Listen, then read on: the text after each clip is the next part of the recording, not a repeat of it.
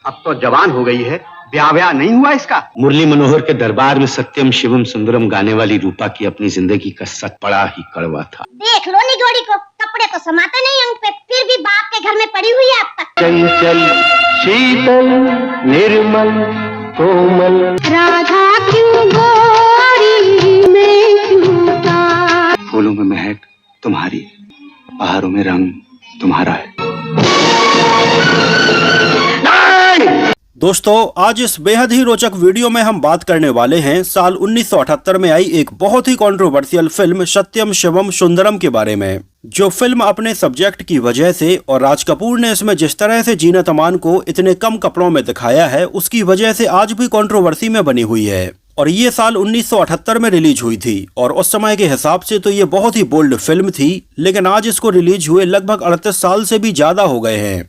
लेकिन कहीं ना कहीं इसका जो सब्जेक्ट है और जिस तरह से इसमें जीनत अमान को दिखाया गया है, वो आज के समय के हिसाब से भी काफी बोल्ड है। जहां इसके ज्यादातर सीन्स में जीनत अमान हमें बिल्कुल बिना ब्लाउज के ही नजर आई और उन्हें जो साड़ी दी गई थी उस कपड़े की साइज भी जो नॉर्मल साड़ी होती है उससे आधे से भी कम थी।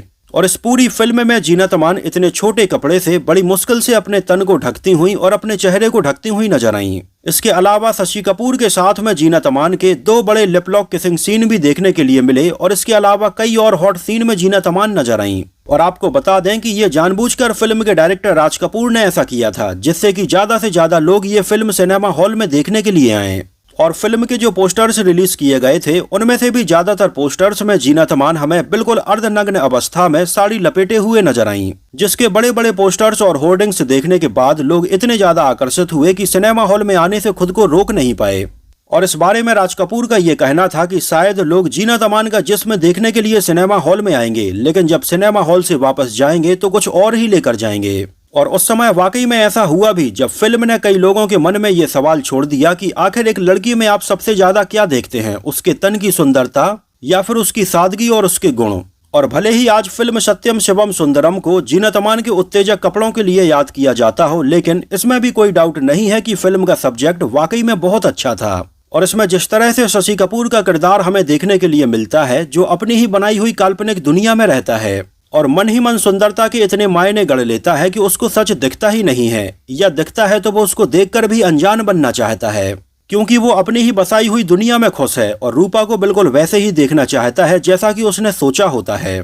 यहाँ तक कि वो रूपा के प्यार में इतना ज्यादा खोया रहता है कि वो उससे शादी तक कर लेता है, और ये भी बिना देखे कि उसके एक तरफ का चेहरा जला हुआ है। और शादी के बाद वो उसको स्वीकार नहीं करता है क्योंकि उसका चेहरा एक तरफ से जला होता है, और वो अपनी उसी रूपा को खोजने में लगा रहता है। और यही रूपा उससे दोबारा मिलने के लिए जाती है, लेकिन इस बार अपना चेहरा छुपाकर। मतलब उनके लिए सच्चाई इतनी कड़वी हो जाती है कि वो अपने सामने देखकर भी उससे अनजान बनते हैं। खैर, इसमें ये केवल शशि कपूर नहीं बल्कि समाज के कई लोगों की सच्चाई को राज कपूर ने बखूबी पर्दे पर उतारा है। और आज मैं आपसे भी एक सवाल पूछना चाहता हूँ। आप अपने अंतर मन से पूछकर देखिए कि आखिर एक लड़की की सुंदरता आपके लिए क्या है, उसका जिस्म, उसका चेहरा या फिर उसके आंतरिक गुण। खैर, इस वीडियो को देखने के बाद आप अपने अंतर मन की सुनिए और इस सवाल का जवाब हमें जरूर दीजिए। तब तक हम बात करते हैं फिल्म के बारे में। अगर आपसे कोई पूछे कि ये क्या है तो आप क्या कहेंगे? पत्थर, यही ना? और अब अगर कोई आपसे पूछे कि ये क्या है तो आप क्या कहेंगे? भगवान। आखिर कैसे और कहां से राज कपूर को इस कहानी का आइडिया आया था और कैसे उन्होंने सबसे पहले जानी मानी सिंगर लता मंगेशकर को लीड एक्ट्रेस के तौर पर अप्रोच किया? आखिर क्यों उस समय राज कपूर के ऊपर इस फिल्म के बाद एक व्यक्ति ने केस दर्ज कर दिया था? और आखिर क्यों अक्सर राज कपूर के ऊपर उनकी फिल्मों में हीरोइनों को इतने बोल्ड तरीके से दिखाए जाने के आरोप अक्सर लगाए जाते हैं? किस जगह पर राज कपूर ने लगभग 6 लाख रुपए की लागत का ये मंदिर का और पूरे गांव का सेट लगाया था? और कैसे इसके क्लाइमैक्स में ये जो बाढ़ वाले सीन हमें देखने के लिए मिलते हैं, इसको रियल बाढ़ में शूट किया गया था? तो हो सकता है कि वीडियो थोड़ी लंबा हो जाए, लेकिन वीडियो काफी दिलचस्प होने वाला है और कुछ ऐसी दुर्लभ जानकारी आपको मिलने वाली है जो इसके पहले आपने शायद YouTube पर किसी भी वीडियो में नहीं देखी होगी। तो वीडियो को पूरा देखते रहिए। 1978 में होली का दिन था, जहां देश भर में लोग होली सेलिब्रेट कर रहे थे। ऐसे में 24 मार्च 1978 को ये फिल्म रिलीज होती है और इसके रिलीज होने के पहले इसके मेलोडियस गाने और इसके उत्तेजक पोस्टर्स पहले ही लोगों को फिल्म के लिए बहुत ज्यादा एक्साइट कर चुके थे। और दूसरी एक्साइटमेंट की वजह ये थी कि साल 1973 में आई फिल्म बॉबी के बाद राज कपूर किसी फिल्म को डायरेक्ट कर रहे थे। इसमें हमें शशि कपूर और जीनत अमान के अलावा जीनत अमान के बचपन वाले रोल में चाइल्ड आर्टिस्ट के तौर पर पद्मिनी कोल्हापुरी भी नजर आई थीं। उनके अलावा कन्हैया लाल, ए.के. हंगल, हरी शिवदासानी, जावेद खान और टुनटुन जैसे एक्टर्स नजर आए थे। फिल्म की बेसिक कहानी का आइडिया तो वैसे राज कपूर का ही था, लेकिन इसके ऊपर ये पूरा स्क्रीन प्ले तैयार किया था राज कपूर की ज्यादातर फिल्मों की कहानी और स्क्रीन प्ले लिखने वाले राइटर जैनेंद्र जैन ने। और फिल्म को नरेट किया था, एडिट किया था, डायरेक्ट किया था और प्रोड्यूस किया था राज कपूर ने।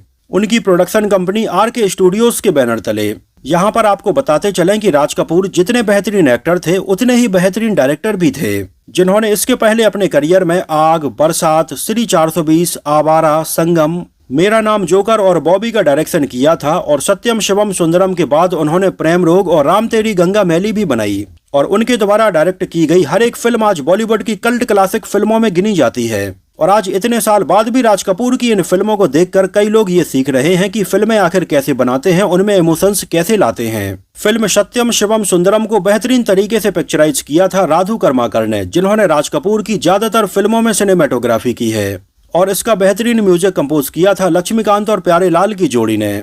फिल्म का म्यूजिक एल्बम बहुत ही मेलोडियस और बहुत अच्छा था और इसमें गानों के सारे वर्जन्स को मिलाकर टोटल 11 गाने रखे गए थे। ये गाने थे सत्यम शिवम सुंदरम, यशोमती मैया से बोले नंदलाला, भोर भय पनघट पे, वो औरत है तू महबूबा, सुनी जो उनके आने की आहट, चंचल शीतल निर्मल कोमल, सैया निकस गए और श्री राधा मोहन श्याम शोभन। उस समय फिल्म के ये लगभग सारे ही गाने लोगों ने बहुत ज्यादा पसंद किए थे, यहाँ तक कि इसमें सुनने के लिए मिले 2 भजन, सत्यम शिवम सुंदरम और यशोमती मैया से बोले नंदलाला, तो आज भी हमें कई मंदिरों में सुनने के लिए मिलते हैं। जिन खूबसूरत गानों के बोल लिखे थे पंडित नरेंद्र शर्मा, आनंद बख्शी और विट्ठल भाई पटेल ने, और इन खूबसूरत गानों में अपनी आवाजों का जादू बिखेरा था लता मंगेशकर, नितिन मुकेश, भूपेंद्र सिंह और मन्ना डे ने। सारेगामा लेवल पर इसके म्यूजिक एल्बम को रिलीज किया गया था और ये गाने उन दिनों इतने ज्यादा पॉपुलर रहे कि उन दिनों रेडियो पर बिना का गीतमाला बहुत ज्यादा पॉपुलर थी। तो उस समय बिना का गीतमाला की लिस्ट में फिल्म का टाइटल सॉन्ग सत्यम शिवम सुंदरम 6वें नंबर पर रहा। इसका दूसरा गाना यशोमती मैया से बोले नंदलाला 7वें नंबर पर रहा और तीसरा गाना चंचल शीतल निर्मल कोमल 24वें नंबर पर रहा। एक नजर डालें इसके बजट और बॉक्स ऑफिस कलेक्शन के ऊपर, तो उस समय ये काफी महंगे बजट में बनकर तैयार हुई थी और इसका बजट रखा गया था लगभग 1 करोड़ 80 लाख रुपए और इसने इंडिया में कलेक्शन किया था लगभग 3 करोड़ 60 लाख रुपए और वर्ल्ड वाइड में लगभग 4.5 करोड़ रुपए का कलेक्शन हुआ। हालांकि उस समय फिल्म ने अपने बजट से ज्यादा कलेक्शन तो कर लिया था, लेकिन ये राज कपूर प्रोडक्शन की फिल्म थी। इस वजह से फिल्म से बहुत ज्यादा उम्मीदें थी और डिस्ट्रीब्यूटर्स ने भी इसको काफी महंगे दामों में खरीदा था। लेकिन फिल्म का सब्जेक्ट काफी कंट्रोवर्शियल होने की वजह से कई सिनेमा घरों में ये फिल्म अच्छी खासी चली, तो वहीं कई जगह के सिनेमा घरों में ये फिल्म नहीं चल पाई। यहाँ तक कि उस समय कई सिनेमा संचालकों ने इसको दिखाने से तक मना कर दिया था। जैसे दिल्ली के कुछ सिनेमा घरों में ये फिल्म नहीं दिखाई गई, तो वहीं दूसरी तरफ कलकत्ता के अगर मेट्रो सिनेमा की बात करें तो ये वहाँ पर लगभग 29 हफ्तों से भी ज्यादा चलती रही, जहां फिल्म को ऑडियंस रिपीट में देखने के लिए आई थी और ये फिल्म उस एरिया में ब्लॉकबस्टर रही। लेकिन अगर ओवरऑल बात करें तो ये एक अबव एवरेज फिल्म थी।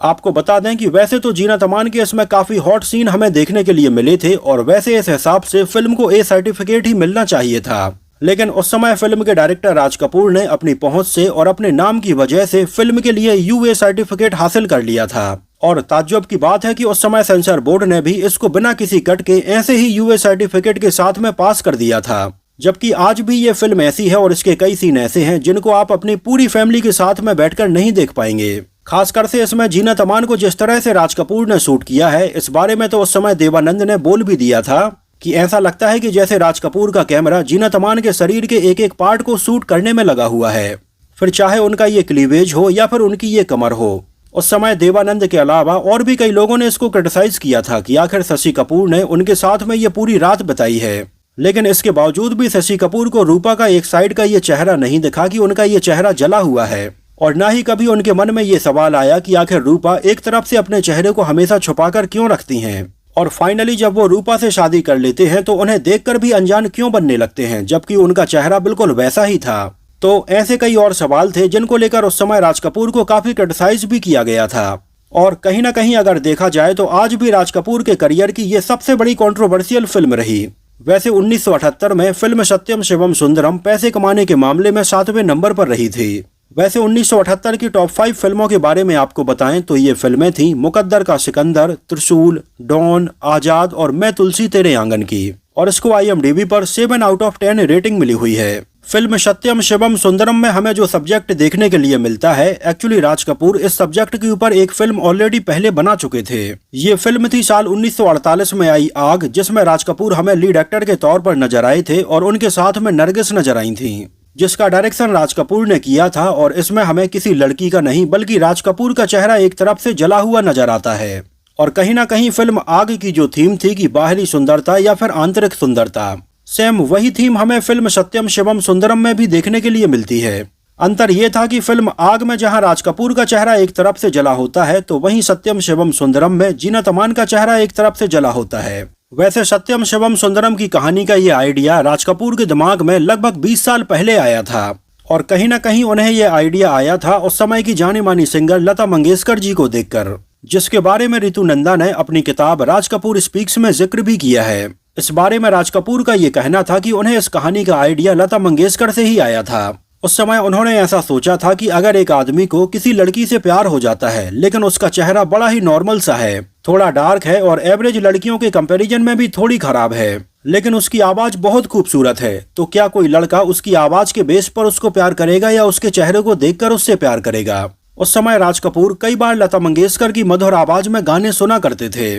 और उन्होंने कई बार इस बारे में अपने इंटरव्यूज में बताया भी है कि लता मंगेशकर की आवाज इतनी मधुर होती थी कि जब वो सुबह सोकर उठते थे और लता मंगेशकर की आवाज में गाने सुनते थे तो एक अलग ही दुनिया में चले जाते थे। उनका कहना था कि इससे मधुर और सुरीली आवाज उन्होंने आज तक नहीं सुनी है। तो उस समय कहीं ना कहीं लता मंगेशकर से ही इंस्पायर्ड होकर उन्होंने ये कहानी तैयार की थी, और इस फिल्म को राज कपूर पहले लता मंगेशकर के साथ में ही बनाना चाहते थे, और उन्होंने इसके लिए लता मंगेशकर जी को अप्रोच भी किया था, क्योंकि उन्हें लगता था कि लता मंगेशकर इस रोल के लिए बिल्कुल परफेक्ट रहेंगी, क्योंकि उनकी आवाज में वो जादू है लेकिन उनका चेहरा बड़ा ही नॉर्मल है। लेकिन जब उन्होंने लता मंगेशकर को इसके लिए अप्रोच किया तो लता जी ने साफ साफ इसमें काम करने से मना कर दिया था। इस बारे में उनका ये कहना था कि वो एक्टिंग नहीं करना चाहती हैं, वो केवल सिंगिंग करना चाहती हैं। हालांकि आपको बता दें कि लता मंगेशकर ने इसके पहले कुछ फिल्मों में बतौर चाइल्ड आर्टिस्ट काम भी किया है, लेकिन एक्टिंग उनका पैशन था ही नहीं। और खासकर से राज कपूर ने जब उन्हीं की लाइफ के ऊपर ये फिल्म बनाने का डिसाइड किया तो उन्हें ये आइडिया बिल्कुल भी पसंद नहीं आया। जहां तक कि उस समय उन्होंने राज कपूर से ये तक बोला कि वो फिल्म से उनके नाम को किसी भी तरह से ना जोड़े, ना फिल्म के प्रमोशन के लिए और ना ही इसकी कहानी से, और ना ही अपने किसी इंटरव्यूज में इस बात का जिक्र करें कि इसका आइडिया उन्हें लता मंगेशकर को देख कर आया है, क्योंकि ये सारी चीजें उन्हें बिल्कुल भी पसंद नहीं है। हालांकि आप में से यहाँ पर कई लोगों को ये लग सकता है कि जब राज कपूर ने फिल्म के लिए लता मंगेशकर को अप्रोच किया उस समय उनकी उम्र लगभग 50 साल के आसपास होगी, लेकिन आपको बता दें कि ये 1977-78 नहीं बल्कि 1957 और 58 के आसपास की बात है, जब लता जी की उम्र लगभग 28-29 साल थी। ये उस समय की बात है। खैर, ये आइडिया उस समय काम नहीं कर पाया और राज कपूर अपनी और दूसरी फिल्में बनाने में बिजी हो गए और ये फिल्म डिले हो गई। आगे चलकर राज कपूर को उनकी फिल्म मेरा नाम जोकर से बहुत बड़ा घाटा हुआ, लेकिन उनकी अगली फिल्म बॉबी ने उनके सारे घाटे को कवर कर लिया, जिससे उन्होंने अच्छा खासा मुनाफा भी कमाया। और अब राज कपूर को लगा कि जो कहानी उनके दिमाग में इतने सालों से चल रही है उसके ऊपर फिल्म बनाने का अब ये सही समय है। और उन्हें काफी लंबे समय से तलाश थी अपनी फिल्म की हीरोइन रूपा की, जिसको उन्होंने जैसा सोचा था वो वैसा ही चाहते थे, और इसको लेकर उनकी तलाश काफी लंबी भी चलती रही। और उन्होंने बॉलीवुड की लगभग सारी टॉप एक्ट्रेस को इस किरदार के लिए अप्रोच किया था, लेकिन ये किरदार इतना ज्यादा बोल्ड था कि कोई भी एक्ट्रेस इसको करने के लिए तैयार नहीं हुई। जैसे राज कपूर ने इसके लिए हेमा मालिनी को भी अप्रोच किया, जिन्हें ड्रीम गर्ल टाइटल भी राज कपूर ने ही दिया था, और हेमा मालिनी के साथ में वो उनकी डेब्यू फिल्म साल 1968 में सपनों का सौदागर में नजर भी आए थे।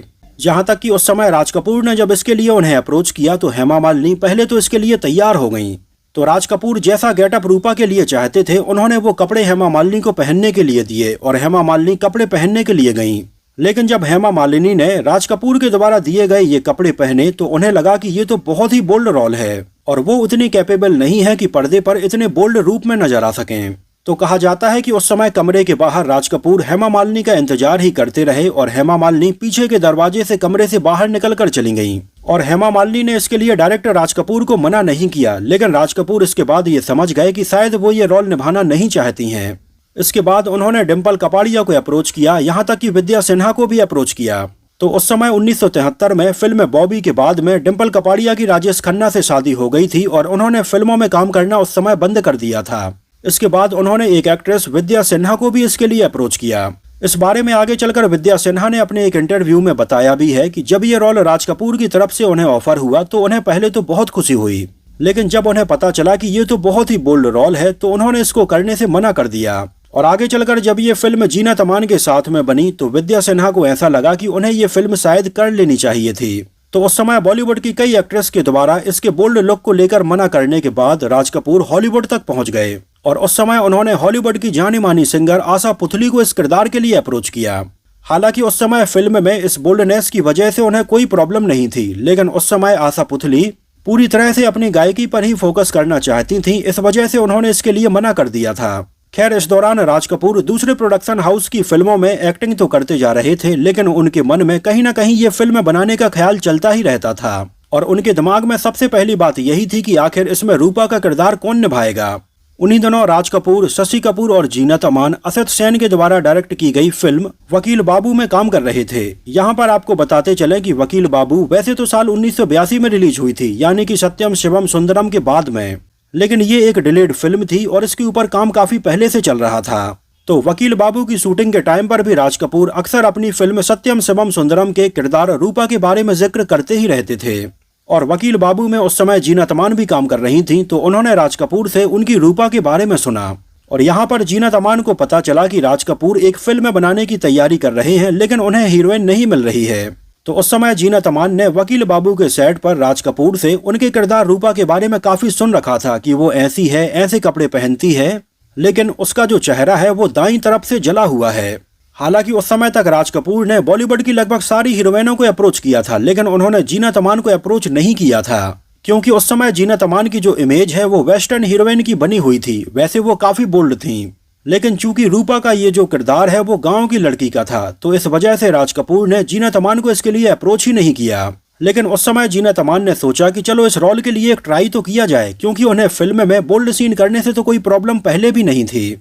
तो जीनत अमान ने अपने चेहरे के दाईं तरफ एक टिश्यू पेपर को ग्लू से चिपकाया, जिससे कि वो ऐसा लगे कि जैसे उनका चेहरा जला हुआ है, और बिल्कुल एक साधारण सी हल्के कलर की साड़ी उन्होंने पहनी और पहुंच गई आर के स्टूडियो, जहां पहले तो गार्ड ने उन्हें देखकर ही इस स्टूडियो में अंदर जाने से मना कर दिया, लेकिन फिर उन्होंने कहा कि जाकर राज कपूर को बोलो कि उनकी रूपा आई है। और गार्ड जब राज कपूर की परमिशन लेकर आया तो जीनत अमान स्टूडियो के अंदर गईं और राज कपूर ने जब जीनत अमान को देखा तो पहले ही नजर में उनकी आंखें बिल्कुल खुली की खुली रह गईं। जैसा उन्होंने रूपा को सोचा था, जीनत अमान बिल्कुल वैसी ही लग रही थीं। गांव की बिल्कुल एक साधारण सी लड़की, बिना मेकअप की और एक तरफ से चेहरा जला हुआ। राज कपूर जीनत अमान को देखकर इतने खुश हो गए कि तुरंत उन्होंने अपनी पत्नी कृष्णा को बुलाया और कहा कि देखो कौन आया है। कृष्णा जी सामने आई और उन्होंने जीनत अमान को देखा तो वो भी उन्हें देखकर बहुत खुश हुई, क्योंकि इस किरदार की तलाश राज कपूर को काफी लंबे समय से थी। यहाँ तक कि कृष्णा जी ने तो उस समय जीनत अमान को कुछ सोने के सिक्के भी दिए थे और इस फिल्म के लिए फाइनल कर दिया था। और इस बात का पूरा जिक्र भी खुद जीनत अमान ने कपिल शर्मा के शो में भी किया था। खैर, अब जीनत अमान के फाइनल हो जाने के बाद अब बारी थी उनके अपोजिट आखिर किसको साइन किया जाए। तो सबसे पहले तो राज कपूर के दिमाग में राजेश खन्ना का नाम आ रहा था, क्योंकि वो उस समय के सुपरस्टार थे और ऐसी रोमांटिक फिल्मों में लोग उन्हें देखना काफी पसंद भी कर रहे थे। लेकिन तभी उनके बेटे ऋषि कपूर ने उन्हें ये बताया कि आपने देखा कि बॉबी के टाइम पर कितनी प्रॉब्लम हुई है, जब फिल्म बॉबी लगभग आधी बनकर ही तैयार हुई थी और राजेश खन्ना ने डिम्पल कपाड़िया से शादी कर ली थी। और इसके बाद कई बार राज कपूर को डिम्पल कपाड़िया की डेट्स मांगने के लिए राजेश खन्ना के घर के चक्कर लगाने पड़ते थे। तो इन सारी चीजों को देखते हुए राजेश खन्ना को इसमें साइन नहीं किया गया। हालांकि कहा जाता है कि ये बात उस समय राजेश खन्ना को काफी बुरी भी लगी थी और उन्होंने ये तक कहा था कि ऋषि कपूर की वजह से राज कपूर ने उन्हें इसमें साइन नहीं किया है। खैर, इस बारे में ऋषि कपूर का ये कहना था कि राज कपूर को उनकी फिल्मों में किसे साइन करना है किसे नहीं, इस बारे में कोई बता नहीं सकता है। ये सारे डिसीजन उनके खुद होते हैं और वो इस बारे में किसी की भी नहीं सुनते हैं। खैर, कहीं ना कहीं इस बात का दुख राजेश खन्ना को काफी रहा। लेकिन आगे चलकर जब साल 1999 में ऋषि कपूर के डायरेक्शन में फिल्म बनी आ अब लौट चलें, तो आर के स्टूडियो की इस फिल्म में काम करते टाइम पर राजेश खन्ना ने बताया था कि ऊपर से राज कपूर ये देखकर काफी खुश हो रहे होंगे कि फाइनली राजेश खन्ना आर के स्टूडियो की फिल्म में काम कर रहे हैं। खैर, जब फिल्म सत्यम शिवम सुंदरम बन रही थी उस समय राज कपूर के छोटे भाई शशि कपूर भी बहुत सारी फिल्में कर रहे थे और बहुत पॉपुलर हो गए थे। तो खैर फाइनली ये डिसाइड हुआ कि किसी बाहर के हीरो को साइन करें, उनको पैसा दें, इससे अच्छा है कि अपने घर के ही हीरो को रखें। और शशि कपूर इसके लिए फाइनल हो गए। हालांकि जब राज कपूर ने शशि कपूर से पूछा कि क्या वो इसमें काम करेंगे, तो शशि कपूर का ये कहना था कि इसके लिए डेट्स उनकी सेक्रेटरी से पूछनी पड़ेंगी। एक्चुअली उन दिनों शशि कपूर लगभग 12 से 13 फिल्में साइन किए हुए थे और हर एक फिल्म की शूटिंग थोड़ी थोड़ी कर रहे थे और पूरे दिन कभी इस फिल्म के सेट पर कभी उस फिल्म के सेट पर भागते ही रहते थे। और शशि कपूर की उस समय इतनी व्यस्तता को देखते हुए राज कपूर उन्हें टैक्सी के नाम से बुलाते थे, जिसको थोड़ी पैसे दो तो कोई भी हायर कर लेता है। इस बात का जिक्र खुद ऋषि कपूर ने आगे चलकर अपने एक इंटरव्यू में किया था। खैर ये तो थी मजाक की बात, लेकिन शशि कपूर इसके लिए फाइनल हो गए। अब इन दोनों के फाइनल हो जाने के बाद राज कपूर को तलाश थी छोटी लड़की की जो कि फिल्म में रूपा के बचपन वाला रोल निभा पाए। तो उस समय इसकी तलाश में राज कपूर ने लगभग 100 से भी ज्यादा लड़कियों के ऑडिशन ले लिए थे, लेकिन उनमें से कोई भी लड़की इस रोल के लिए उन्हें सही नहीं लग रही थी। एक्चुअली में वो ये चाहते थे कि उसका चेहरा काफी हद तक जीनत अमान से मिलता जुलता ही नजर आए। और फाइनली उनकी नजर पड़ी पद्मिनी कोल्हापुरी के ऊपर, जो उस समय काफी छोटी थी और उन्होंने इसके लिए ऑडिशन दिया था, जिनका चेहरा भी काफी हद तक जीनत अमान के जैसा ही लगता है। और राज कपूर को पद्मिनी कोल्हापुरी इसके लिए बिल्कुल परफेक्ट चॉइस लगी। तो इस तरह से उन्होंने पद्मिनी कोल्हापुरी को इसके लिए साइन कर लिया था, जो वैसे इसके पहले और भी कई फिल्मों में चाइल्ड आर्टिस्ट के तौर पर नजर आ चुकी थी। और राज कपूर पद्मिनी कोल्हापुरी से इतने ज्यादा इम्प्रेस हुए कि आगे चलकर साल 1982 में उन्होंने पद्मिनी को लीड रोल में लेकर फिल्म प्रेम रोग बनाई थी। तो ये तो बात हो गई फिल्म की कास्टिंग के बारे में, लेकिन अभी फिल्म से जुड़ी और भी बहुत सारी दिलचस्प जानकारी बाकी है। लेकिन मुझे लगता है कि ये वीडियो काफी लंबा हो रहा है, तो इस पार्ट को हम यहीं पर एंड करते हैं। इसके पार्ट 2 को हम यहीं से कंटिन्यू करेंगे जहां पर हमने इसको खत्म किया है। तो इसके पार्ट 2 में मिलते हैं। तब तक आप इस वीडियो को लाइक कीजिए और कमेंट करके बताइए कि आपको ये फिल्म कैसी लगी और ये वीडियो आपको कैसा लगा। तो अब बाकी बातें होंगी इसके पार्ट 2 में।